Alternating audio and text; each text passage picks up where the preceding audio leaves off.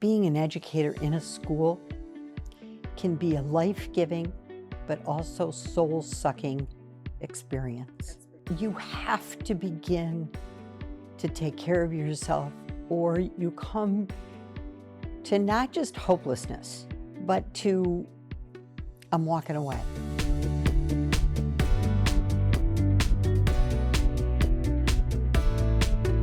Mary, thank you for joining me here at the Ed Life Studios with Angela Prince and Ed Life Consultants here for the second annual conference. Tell us who you are. My name is Mary Kovari. I've known Angela Prince for about 5 years. We're both educators in the context of consulting and working with schools to really help them improve. Awesome. And my background is similar to Angela's in that I was a teacher for 12 years before I became an instructional coach, then an assistant principal, then a principal and an assistant superintendent. And we have very similar beliefs and values. But Angela has impacted me because she has such a vision and hope and belief that the work that she does, especially around restorative practices, can improve schools and help students achieve equity. That's what we all really want. I can become hopeless, if you will, at times.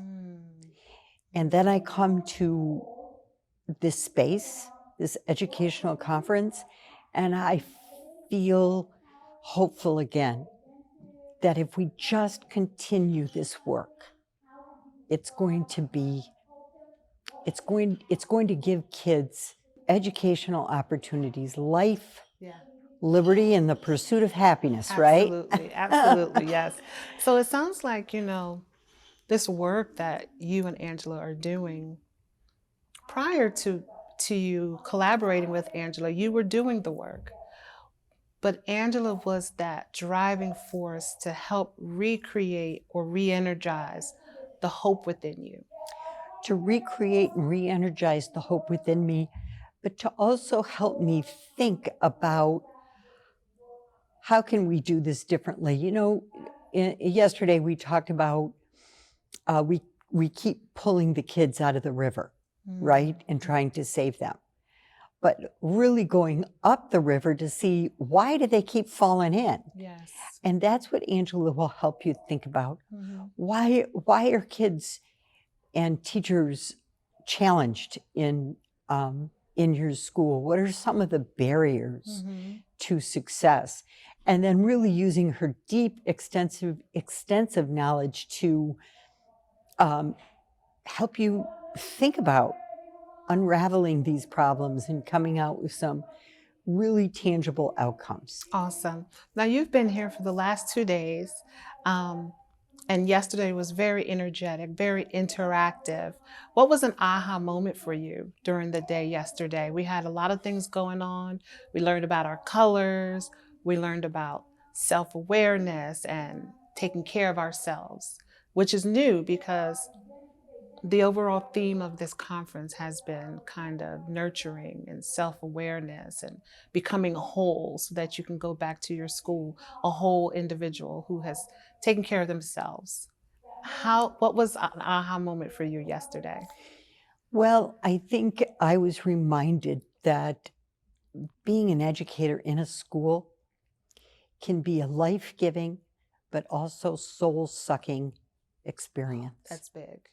And you have to begin to take care of yourself, or you come to not just hopelessness, but to, I'm walking away. Yeah. I'm leaving. And so my aha moment is certainly with the true colors. Who are you? What do you need? What is going to be particularly good for you? Yes. That's going to recognize how you're feeling, and then nurture yourself at the same time. Because being able to nurture yourself gives you a certain acceptance. That's right. Without thinking that you have to have change now. Right, right. The True Colors was huge, right? It was great. It was the personality test for me because I was never the Myers-Briggs girl. Answer these questions and take these questions. And I feel like True Colors really spoke to everybody in the room. And I saw the light bulb go off for many of people in the room. And do you think that's something that is vital, that people understand who they are and what they do? Yes, because to piggyback on what you're saying, so the True Colors really preceded what we're doing today. So True Colors asked you to look at you and who you are on a personal level. Mm-hmm. So today we're now looking at who you are based on what you're bringing into this school, the experiences, your personality that you're bringing into the school, and becoming very aware that students, other teachers, they have their own experiences and personalities. So how do we work together? How without judging? Without bias. Without bias, and one step, and beyond bias is now you're judging. Yes. I got this bias. I don't even recognize it. Now I'm judging somebody. Yes, yes, yes. And sometimes that can happen in the most loving ways from teachers that I'm bringing myself into. I don't know myself very well. I'm bringing myself into the school, and I'm not going to expect much of my kids because they're poor. Yeah. That's an unconscious bias that leads to judgment, that leads to low expectations, that now leads to kids who aren't benefiting, who aren't growing as a person. Yeah. What would you say about the work that needs to be done going forward, and if EdLife is the tool that people should use? Well, I do think that EdLife is the tool that people should use because of the leader, Angela Prince, her deep knowledge, but also the breadth of that knowledge, which isn't just in the context of restorative practices, but also in the context of instruction. And what I love about Angela is she doesn't put those two things in different silos, right? She sees how instruction, as you can tell by what's going on today, teacher empowerment, what you're doing or not doing with kids is all a part of this bigger restorative culture that we want to,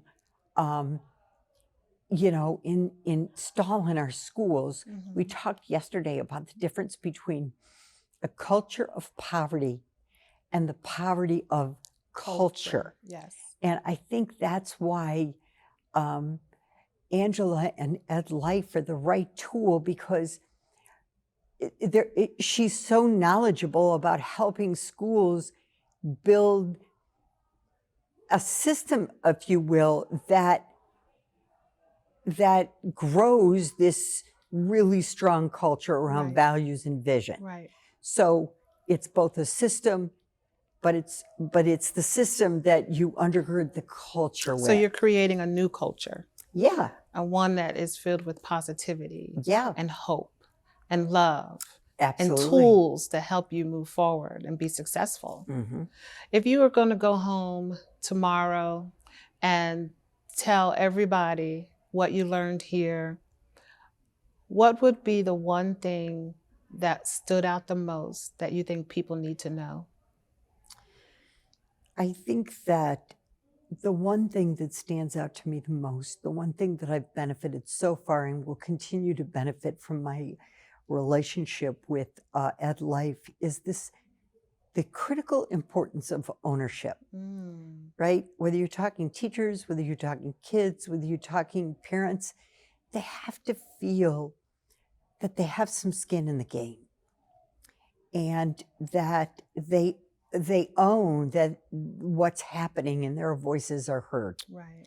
Because that is critical if you are to, whether, like I said, teachers, families, students, that is critical if we are to strengthen our school system. Yeah. Because right now, sometimes I feel like it's almost A losing battle. being dismantled almost. Yeah. And I think if we can create that ownership within a school community, Yeah. we talk about culture, but having skin in the game, that's what I would say I take away from this. Yeah. And to say, how do we do that in our school? Right. How do we empower people? What are the tools Right. and tomorrow, what we're going to do is build a plan to do that kind of work back in our schools, which is, bringing it full circle. That's what the great thing about this conference is we start here and we bring it full circle.